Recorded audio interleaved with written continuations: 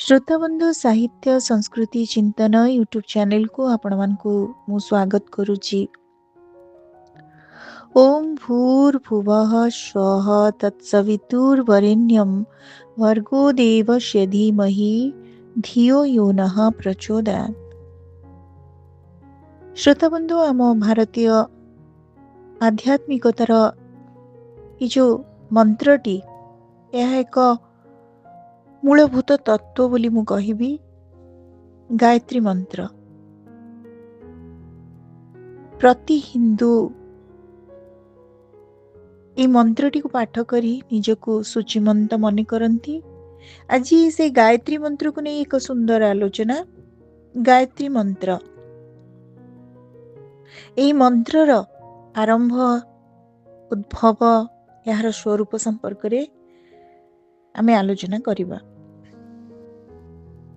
ऋषि विश्वामित्रଙ୍କ द्वारा रचित यही महामंत्र ऋग्वेद रे स्थानित होइछि। यही मंत्रर नाम गायत्री मंत्र काहेकि? गायत्री शब्दर प्रकृति प्रत्यय हैला गय त्रायते, गय मिश्रण त्रायते। यार अर्थ हैला प्राणर रक्षाकर्ता। यही शाब्दिक तात्पर्य व्यतीत गायत्री शब्दर भावगत महत्व हैला मुख्यतः दुईटी।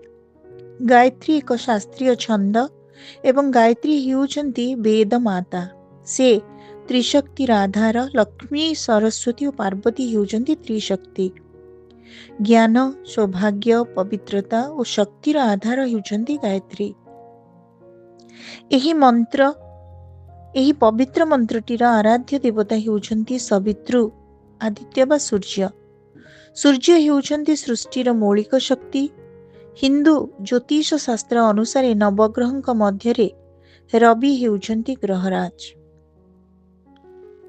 जे समग्र भूमंडल अंतरिक्ष एवं स्वर्गलोक रे प्रसारित। क्यों सवितृ आमर वरणीय?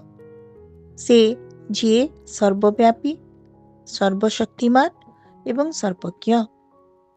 से समस्त प्राणर आधार सर्व दुखहर एवं सुखदायी। से ही सवितृ आमर पूज्य और वरणीय। से भर्गो देव। से कायिक मानसिक एवं आत्मिक शक्तिर उत्स। ताहांकु ध्यान करा जाऊ। से आमर धी शक्ति को प्रचोदित करंतु एवं आमर चेतना जागृत हेउ।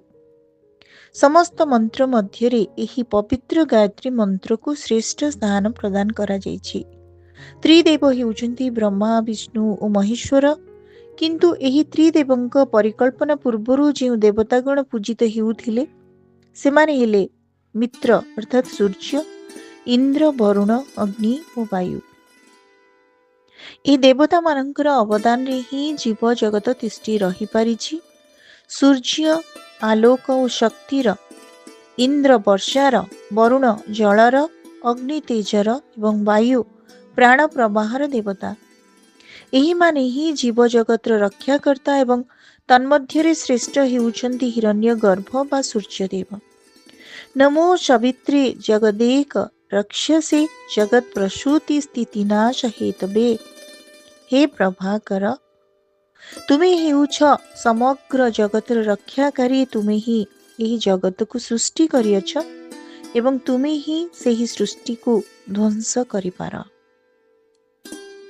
श्रोता बंधु आज आमे शुणुथिले पवित्र गायत्री मंत्रर उद्देश्य कण आर स्वरूप कण। आजिर ऑडियोटी आपण मानकु केमती लागिला आपण मानक मतामत अपेक्षा रे रहुछि। धन्यवाद।